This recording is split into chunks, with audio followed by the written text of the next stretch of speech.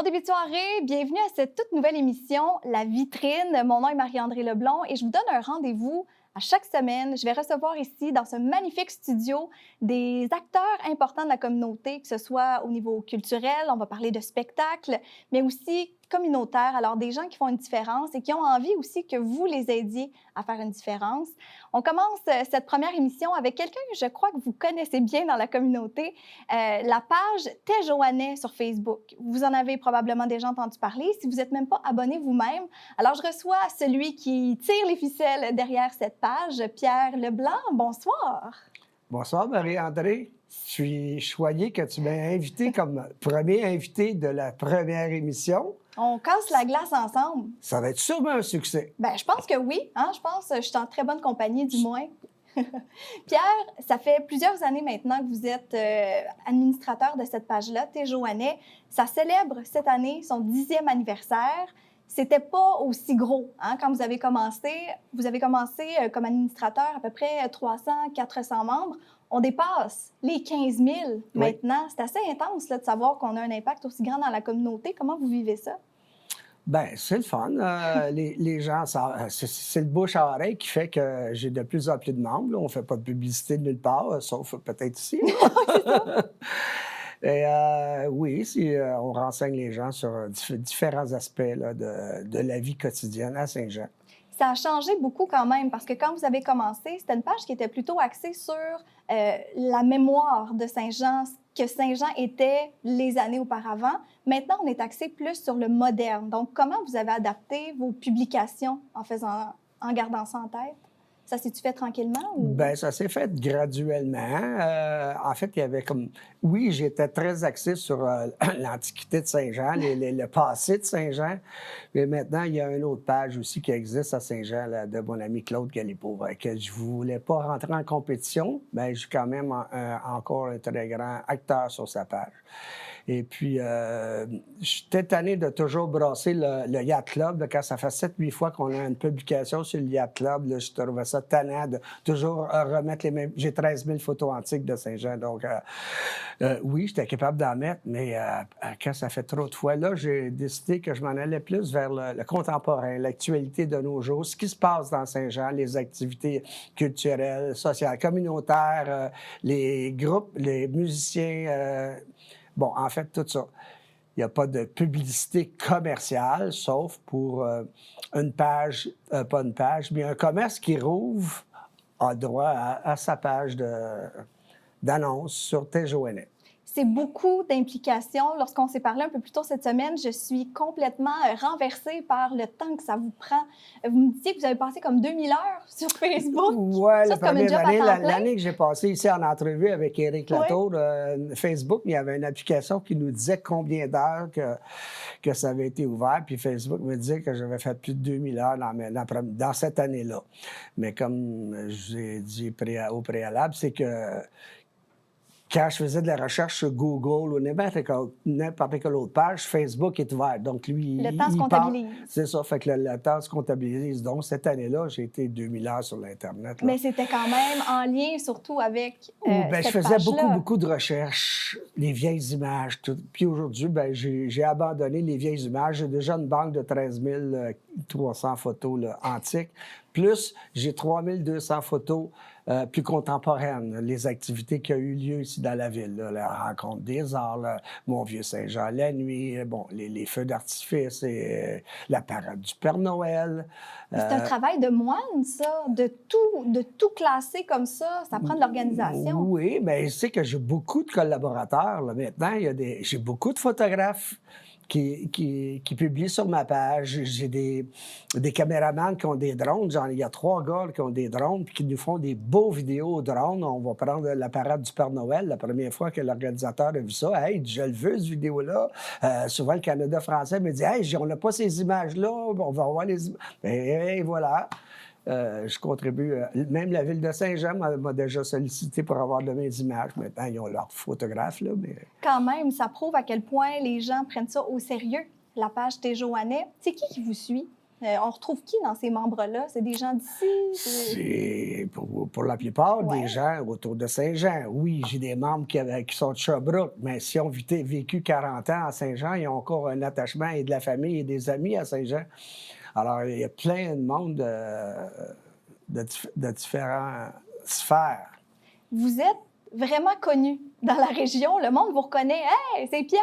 Hey, c'est monsieur derrière Téjoannais. » Oui. Ça, vous ne pensiez pas que ça allait être quelque chose qui allait découler, finalement, de l'implication envers la page? Non, je pensais pas. Puis en plus, la photo, ma photo sur Téjoannais date de 2013. Ah, ben, vous ne changez pas, c'est ça que ça veut dire? Ça fait 11 ans, là. Fait que, pendant la pandémie, alors qu'on se promenait masqué, il y a des gens qui me reconnaissaient alors que moi, je ne les connais pas.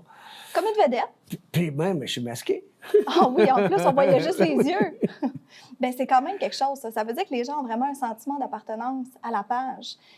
Et puis, c'est assez intense, là, tellement que vous avez demandé de l'aide pour être, en fait, ajouté un co-administrateur. Oui, exactement. Christian Bordua, qui est avec vous depuis... Boudria. Boudria, qui est Christian avec Boudria s'est joint à la page lors du 10e anniversaire. C'était mon annonce principale, là. J'avais un co-administrateur parce que, vous savez, moi, je pars travailler le matin, l'été, là, à 7h30. Fait que si quelqu'un veut publier à 8h, puis que moi, je reviens de travailler à 5h, puis lui, il voulait publier qu'il y avait un 5 à 7. Ben là, il arrive chez nous à 5h15, son 5 à 7 est déjà commencé. Oui, parce que Puis c'est il y pas a votre job à temps plein, là. Vous travaillez dans l'aménagement. Ben Ça, c'est oui, pour le plaisir. J'ai un job à temps plein, oui. Fait que Surtout l'été, là. Disons que là, la saison est presque terminée pour moi, là, mais quand même. ça vous aide d'avoir quelqu'un, un plus un? Ben oui, un plus un. Il y en a un qui se lève de bonne heure, l'autre se couche plus tard. Ben, il y a tout le temps quelqu'un qui surveille la page. Êtes-vous fier d'être celui derrière ça, d'avoir amené la page où elle est maintenant? Parce qu'il y a 10 ans passés, on s'entend, les pages Facebook comme ça, c'était un peu obscur. Donc, on ne savait pas trop qu'est-ce que c'était. Ça commençait tranquillement. Puis il y en a dans beaucoup de municipalités quand même des pages comme ça, mais celle-ci, l'engagement, les gens sont vraiment au rendez-vous. Ça commente, ça partage. Donc, qu'est-ce que ça vous fait d'être une des personnes responsables de ça? J'étais fier quand des groupes comme le Canada français s'est abonné, la police de Saint-Jean s'est abonnée, la ville de Saint-Jean s'est abonnée. J'ai des journalistes partout. Pas CFTM, c'est vieux, là. Télémétropole. C'est moins à jour. TVA, Nouveau, Boom FM. J'ai des journalistes de tous les médias autour de Saint-Jean qui sont déjà membres de ma page. Ben, c'est parce que Et qui publient aussi, d'ailleurs. Bien, c'est ça, parce que ça permet de rester à l'affût de qu'est-ce qui se passe dans la communauté. S'il y a des événements, justement, après ça, les journalistes peuvent diffuser cette information-là, Exactement. en parler. Oui. Donc, qu'est-ce que vous avez vécu par rapport à cette page-là? Est-ce qu'il y a des événements auxquels vous avez assisté, auxquels vous n'auriez pas pu prendre part si vous n'étiez pas associé à la page? Il m'est arrivé quelques anecdotes. Lors du 30e anniversaire de Pico, il y avait une tour au festival, puis en haut, il y avait Éric Latour, puis François Trépanier. Mais ils ne me connaissent pas. Fait que je garde la tour, je tourne autour pendant 10 minutes, maintenant je monte. La fille, elle me dit, vous en venez voir qui? Bien, je m'en viens voir mes amis. Éric Latour, François Trépanier. Elle dit, Éric n'est pas là, mais François, il est là. Bon, je dis, OK, c'est lui, je m'en vais voir. Fait que je dis, bonjour François, je lui donne la main. On ne s'est jamais vu. On se donne la main, je dis, bonjour François, tu me reconnais? Il dit, ben oui. On se connaît Ben pas. voyons donc, On il se savait connaît tout pas. de suite. Fait que je lui dis, hey François, j'aimerais savoir une petite place en haut de la tour pour prendre des photos pour Téjoannais, pour le 30e anniversaire de Pico. Fait que, hey, tu pas de problème, toi, dans le coin? Puis là, il part il part un live, puis il anime tout son spectacle en faisant un live. Fait que le soir, j'arrive chez nous, mettre les images de Pico. Ah ben, le live, c'était pour Téjoannais. Toute une surprise. Fait que tout est dans tout. Ça prouve aussi que les gens ont ça comme réflexe. Hey, il y a quelque chose de le fun qui se passe. On va mettre ça sur la page Téjoannais. Exactement, exactement. Donc, ça prouve à quel point c'est important dans la communauté. Ouais. Donc, ça fait 10 ans maintenant, bon 10e. Oui. Mais qu'est-ce qu'on vous souhaite pour la suite? Comment on garde cette page-là vivante pour les prochaines années? C'est quoi votre plan de match? Bien, j'ai pas de plan de match. J'ai juste de plus en plus de collaborateurs, puis c'est ça qui est intéressant. ça m'enlève un peu de charge tout en supervisant. Puis j'aime ça, avoir plein de monde qui mettent des belles photos, des reportages, n'importe quoi. Il arrive un gros événement comme le feu qu'il y a eu chez Leonard, la Pirelli, là, c'était immense comme incendie. Là, puis j'avais des centaines de photos de tout le monde. Puis j'ai monté un album là-dessus. OK, c'est pas un événement heureux, là, mais quand Mais même. quand même, c'est un endroit où on peut en apprendre sur la ville, savoir ce qui s'en vient, ce qui s'est passé, puis s'impliquer aussi. Pierre, je vous souhaite un bon 10e, puis merci de vous impliquer comme ça dans la communauté. Moi, je dois vous dire, depuis que je suis dans la région, les gens me disent tout, il faut que tu t'abonnes à la page T'es Joannais. Donc, je suis Joannaise d'adoption maintenant, grâce à vous. Ouais. Merci beaucoup d'avoir été là. Bien, ça m'a fait plaisir. Après la pause, on se retrouve à la vitrine. On parle de la fondation du Cégep Saint-Jean et de belles activités qui s'en viennent, dont un spectacle d'humour. On aime ça rire. À tout de suite. Bonjour, je m'appelle Megan. J'adore la natation, la gymnastique et la bicyclette. Parfois, je dois faire les choses différemment. C'est l'association des amputés de guerre qui me donne les prothèses dont j'ai besoin pour faire mes activités préférées. Tout ça est possible grâce à la générosité du public. En donnant aux amputés de guerre, vous aidez les enfants amputés comme moi. Merci! Vous êtes de retour à la vitrine. Mon prochain invité, c'est le directeur général de la Fondation du Cégep Saint-Jean, Yann Roussel. Bonsoir, merci d'être là. Merci de l'invitation. C'est une période pas mal occupée pour vous, hein? Ça va vite. Oui, très occupé, ça va vite à la Fondation ces temps-ci. Pour ceux qui ne connaissent pas encore la Fondation du Cégep Saint-Jean, qu'est-ce que vous faites principalement? En fait, la Fondation, on est un organisme de bienfaisance qui est là pour la réussite éducative et la persévérance scolaire chez les étudiantes et étudiants du Cégep Saint-Jean, donc autant au campus de Brossard que de Saint-Jean. Et on est là pour optimiser leur passage à la vie collégiale. Ça se traduit comment, ça, concrètement, dans la vie de tous les jours? Dans la vie de tous les jours, ça se traduit avec plusieurs initiatives de la Fondation. Donc, on est là principalement pour le programme de bourse. L'année passée, c'est 117 000 qu'on a remis en bourse, mais aussi tout ce qui est le financement de l'adaptation scolaire, la transition secondaire collégiale, différents appels de projets étudiants, donc pour des stages, pour des projets de la vie culturelle, la vie comme étudiante, les sports. Donc, on est là un petit peu dans tous les axes de la vie étudiante, autant académique que parascolaire. Vous avez décidé de vous impliquer comme directeur général. Ça fait combien d'années que vous êtes en poste? Un petit peu plus d'un an, presque un an et demi. Comment ça se passe? On peut faire le bilan annuel. Ça va super bien.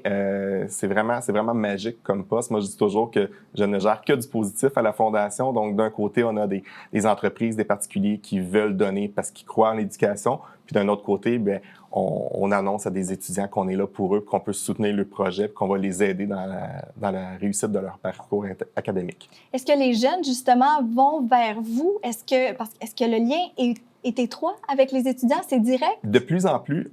Avant, c'était beaucoup par le biais soit des enseignants ou des coordonnateurs de programmes, qu'on avait des projets qui venaient à nous. Je dirais depuis la dernière année, de plus en plus, on voit les étudiants rentrer directement à la Fondation parce qu'ils ont un projet, que ce soit un projet vraiment dans le cadre parascolaire ou de leur cours, ou parce qu'ils ont besoin d'aide pour financer un stage de fin d'année. Donc, de plus en plus, on a le contact direct avec les étudiants qui viennent nous voir pour leur projet. Puis ça doit être une belle réussite, oui, j'imagine, de savoir vraiment que les jeunes pensent à vous pour aller de l'avant avec ce qui leur tient à cœur. Exact. De plus en plus, on le voit, puis c'est super agréable de voir que les étudiants ont compris qu'on était là pour eux puis qu'on peut les aider dans leur projet. Donc, à toutes les fois qu'on voit un étudiant franchir la porte pour venir nous parler d'un projet, on est tellement heureux. Ouais. Dans la dernière année, si on regarde dans le rétroviseur, là, oui, c'est quoi la plus grosse fierté, le moment où vous vous êtes dit « Wow, je suis vraiment à ma place, je fais une différence ». Oui. Bien, je dirais les 16 événements de remise de bourse qu'on a fait l'an passé. C'est 16 événements, dont 3 majeurs qu'on gère au complet. Puis les 13 autres, en fait, on est là en soutien au département, mais tout ce qui est les remises de bourse. Puis je dirais ma plus grande fierté, c'est quand on a dévoilé à la mi-octobre le montant total qu'on a remis l'année passée. Moi, je suis rentré en poste en juin, il y a 1 an et demi, et j'ai eu le bonheur d'annoncer une somme record de ma prédécesseur, mais c'est elle qui l'avait travaillé. Et cette année, en octobre, on a annoncé un nouveau record. Donc, on est passé de 543 000 à 669 000 C'est un bond important qu'on a remis aux étudiants du Cégep Saint-Jean. Félicitations. Merci. Puis c'est avec toutes sortes d'initiatives. Plusieurs initiatives, des partenaires fidèles, des donateurs, les citoyens qui ont mis leur petite contribution dans la campagne de Noël sans fin, par exemple, avec les bourses. Donc, on a été capable d'augmenter encore le montant qu'on a remis aux étudiants. Il y a quelque chose de nouveau qui s'en vient. Ça va être en février prochain, mais les inscriptions sont maintenant. Oui. L'ultime parcours. Oui. Qu'est-ce que ça mange en hiver? Qu'est-ce que ça mange en hiver? En fait, l'ultime parcours, c'est une idée de fou qu'on a eue avec le comité de dons et commandites. Quand je suis arrivé à la Fondation, j'ai dit à mon conseil d'administration, je veux un événement majeur à la Fondation et je veux faire venir les entreprises dans le cégep. Je veux qu'ils vivent le cégep. On a plein de belles installations à Saint-Jean, mais je dis, c'est pas logique qu'on aille à l'extérieur pour faire un événement. Je veux que les gens comprennent c'est quoi la vie d'un étudiant. Ça peut être loin, hein, le parcours scolaire, oui. là. Donc, de là a sorti l'idée de l'ultime parcours. En fait, faire une histoire courte, c'est un peu un principe d'un bootcamp. Donc, c'est des entreprises qui achètent une équipe et qui viennent vivre le cégep pendant une journée entière, un samedi. C'est le 8 février. C'est la première journée de la semaine de la persévérance scolaire. Donc, tout était aligné pour que ça fonctionne bien. Et dans le fond, les équipes vont venir vivre le parcours d'un étudiant, mais autant académique que parascolaire, que sportif. Donc, ce n'est pas un bootcamp nécessairement physique. Il va y avoir des épreuves en comptabilité, en physiothérapie, en informatique. Bien sûr, il va y avoir une épreuve avec nos géants. Il va y avoir de l'improvisation peut-être. Donc, les entreprises devront former une équipe multidisciplinaire parce que s'ils ne pensent pas à toutes les facettes de l'éducation, ça se peut qu'il y ait une des épreuves qui soit plus difficile pour eux et qu'ils devront engager un étudiant avec des dons qu'ils auront collectés pour avoir de l'aide pour pouvoir réussir l'épreuve. Donc, c'est 11 épreuves, toute une journée complète. Ça se termine avec une 12e épreuve qui sera un quiz un peu façon Génie en herbe pour voir tous les acquis de la journée. Puis après ça, on va couronner l'équipe vainqueur de l'ultime parcours. Mais quelle bonne idée! Merci. C'est tellement original! Merci. C'est vraiment une bonne idée, puis je pense que ça va créer des liens serrés entre les membres des équipes. Exact. Rencontrer du monde aussi. On voulait vraiment faire un principe un petit peu de lac à l'épaule, de team building pour les entreprises, en emmenant l'éducation à travers ça. On s'est fixé de très gros objectifs. Qu'est-ce que vous êtes fixé comme objectif? On s'est fixé un objectif de 75 000 $ pour la première année.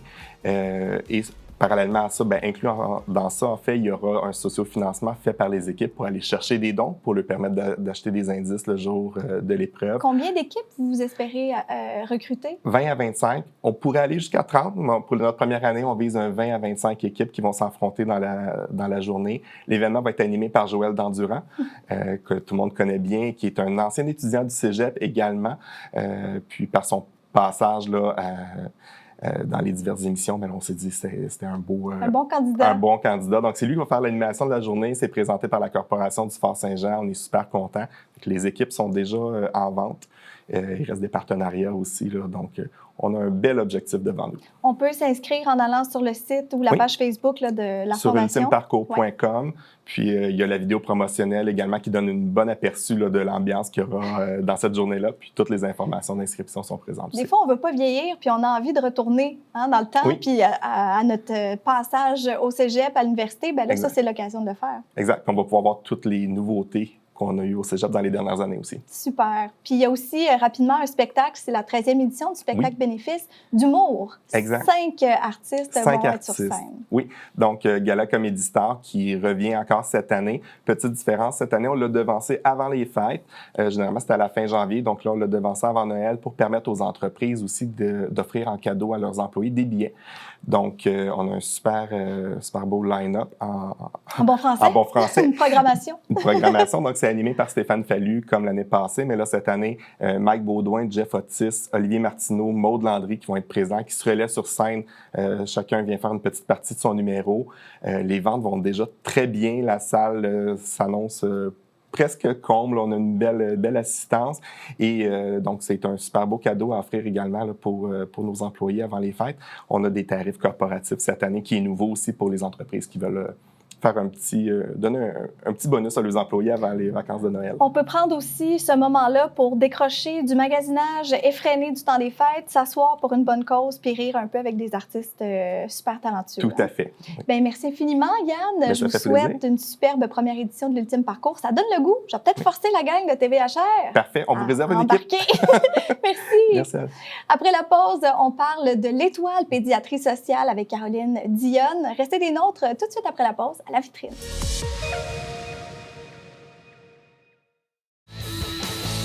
Salut, ici Alexandre Baudouin. Et François Trépanier. Hey, François, cette semaine à Sport Express, souvent ça a été ça le sport des Québécois, baseball et hockey. Renaud Lefort des Quatre Chevaliers en deuxième partie, François Meunier et Michel Godette pour les gants blancs. Manquez pas ça. Vous êtes de retour à la vitrine. Ma dernière invitée de la journée va nous parler d'un spectacle de Noël dont la vente de billets va vraiment très, très bien. Et on va parler de la mission aussi de l'Étoile, qui est un organisme de pédiatrie sociale. Alors, je reçois Caroline Dionne, coordonnatrice communication, événements. Bonsoir. Bonsoir. Alors, le concept de pédiatrie sociale, c'est un terme qu'on emploie de plus en plus, mais c'est encore un peu vague. Donc, j'aimerais qu'on mette les bases. Qu'est-ce que c'est la pédiatrie sociale et pourquoi ça fait des miracles dans la communauté? Bien, c'est qu'on offre gratuitement aux enfants de 0 à 18 ans qui vivent dans des conditions de vie difficiles des services médicaux et psychosociaux. La différence de la pédiatrie sociale, c'est que quand l'enfant est vu, il est vu par un médecin et toujours quelqu'un du psychosocial aussi, que ce soit une travailleuse sociale, une psychoéducatrice, TES. Donc, ils travaillent ensemble avec l'enfant et les personnes importantes autour de l'enfant pour faire un plan de match pour l'aider à ce qu'il ait les mêmes chances que les autres enfants. C'est un portrait global de l'enfant, un accompagnement global. Oui, tout à fait, exactement ça. Est-ce que ça fait vraiment des différences? Est-ce que vous avez des témoignages? Comment vous le ressentez à l'interne, ce que vous faites à l'externe? Bien, c'est sûr que moi, étant dans l'équipe administrative, j'ai pas le même contact que mes collègues à qui je lève mon chapeau de travailler avec nos familles. Je pense qu'elles vivent toute une gamme d'émotions parce qu'il y a des situations qui sont difficiles, mais d'avoir la satisfaction de mettre en place des moyens pour aider l'enfant et sa famille à ce que ça se passe mieux, c'est indescriptible. Là. Puis c'est pour ça qu'elles sont encore là puis que notre équipe est une équipe aussi formidable. Oui, hein? Je pense qu'à l'interne, ça se ressent, ça. Vous êtes tissé serré. Oui. Vous étiez bénévole pour certains événements avant de devenir une employée permanente. Donc, la mission, mais aussi le type d'événement qui était organisé, c'est vraiment venu vous chercher. Hein? Pourquoi? Qu'est-ce qui ressortait? Bien, en fait, j'ai connu l'Étoile en étant bénévole sur les événements Danser pour l'Étoile qui ont lieu en 2018, 2019 et 2020.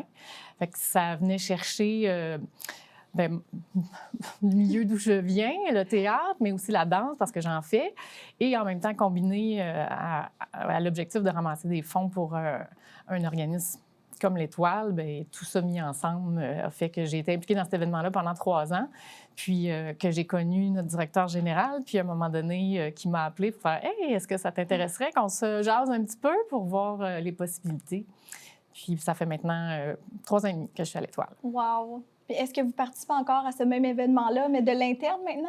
Ben, en fait, on a fait une version, on va dire, un peu 2.0 l'an dernier avec le Lip Sync Battle. Donc, avec la pandémie, ça a changé bien des choses. Ouais. On a fait le dernier Danser pour l'Étoile juste avant. Mais en octobre dernier, on a fait Lip Sync Battle, donc des entrepreneurs de la région qui se commettent à monter un numéro et à le présenter devant la communauté, un spectacle à la Corporation du Fort-Saint-Jean. Wow! C'est original comme événement, ça? Bien, je pense qu'ils n'ont pas la chance de faire ça souvent. Pour le meilleur ou pour le pire? Hein? Ça dépend des D'ailleurs, je pourrais dire que s'il y en a qui sont intéressés à participer, ils peuvent communiquer avec moi à l'Étoile parce qu'on est actuellement en recrutement pour notre 2e édition qui va avoir lieu le 13 mars prochain. Bon, bien voilà, on a le temps d'ici là de se pratiquer devant le miroir là, pour chanter un peu. Oui, c'est ça. Si on veut chanter aussi, mais plutôt accompagner la voix de notre cher Bruno Pelletier, c'est possible de le faire. Vous avez un spectacle de Noël qui s'en vient, c'est le 28 novembre prochain. Et c'est ça que les billets se vendent comme des petits pains chauds. C'est une excellente nouvelle. Oui, on est vraiment très, très contents. On a débuté la vente des billets début octobre. Et puis là, il nous reste juste une 30aine de billets pour le balcon, en fait, le jubé, parce que c'est à la cathédrale Saint-Jean l'Évangéliste, donc au centre-ville ici. Ça va être un spectacle de Noël. Ça va être magnifique. Aux chandelles avec Bruno Pelletier, je veux dire, c'est... C'est pour ça que ça se vend bien. Oui, c'est ça. Et sinon, la guignolée, c'est quelque chose qui est bien important aussi dans les levées de fonds que vous faites. Ça se fait jusqu'au 15 janvier, mais il y a d'ici là une façon de s'impliquer aussi avec les entreprises pour votre barrage, le traditionnel barrage. Oui, le samedi 14 décembre, on fait le barrage au coin des rues Pierre-Caisse et Choquette, comme à chaque année. Ça va être la 16e édition cette année. Donc, les entreprises peuvent participer à ce barrage-là. On sépare la journée en 3 plages horaires. Donc, c'est un petit 2h30 à ramasser des sous auprès des automobilistes. Donc, si jamais il y a des entreprises qui veulent participer à ça en gang, on en a qui reviennent à chaque année. Et généralement, ils aiment vraiment beaucoup leur expérience. Donc, Est-ce qu'il y a des particuliers ou comme moi, j'ai envie de m'inscrire, par exemple, je peux aussi ou ça doit être absolument une entreprise? Non, on prend tous les bénévoles disponibles. C'est pas obligé d'être une entreprise. Vous pouvez participer aussi sans problème. Les fonds que vous amassez dans ce type d'événement-là vont pour quoi? C'est quoi les besoins les plus criants à l'Étoile Pédiatrie Sociale? Bien, c'est sûr que nous, le service qu'on offre, c'est des humains. Donc, mes collègues qui travaillent avec les jeunes, alors les sous qui sont amassés vont principalement pour ça. C'est sûr que oui, on a des projets, mais quand on a des gens qui nous donnent pour notre mission, c'est ce qui nous aide le plus. Parce que plus on a de personnel, plus on peut voir d'enfants et donc en aider davantage. Ça fait boule de neige, hein, rapidement. Oui. Donc, si on veut s'inscrire pour la guignolée, par exemple, ou si on n'a pas envie de se déplacer, mais qu'on veut donner quand même, comment ça fonctionne? On le fait comment? Bien, tout le mois de décembre jusqu'au 15 janvier, on amasse les dons monétaires. Les gens peuvent aller sur notre site web au www.l'étoilehr.org. Cette année, vous êtes le plus fier de quoi? Ça a été quoi le plus grand accomplissement pour l'Étoile Pédiatrie Sociale? C'est difficile. C'est dur de choisir. Oui, hein? bien, je pense qu'on a essayé quelque chose de nouveau cette année. En septembre dernier, on a fait l'événement Les Étoiles sur roue, un gros événement extérieur. C'était des courses de boîtes à savon. Ça a été vraiment beaucoup de travail, beaucoup d'organisation. Mais c'est toujours ça quand c'est une première édition. Mais les gens qui ont participé, toutes les entreprises qui ont fait des courses, tout le monde avait l'air tellement heureux. Ça a été une journée magnifique.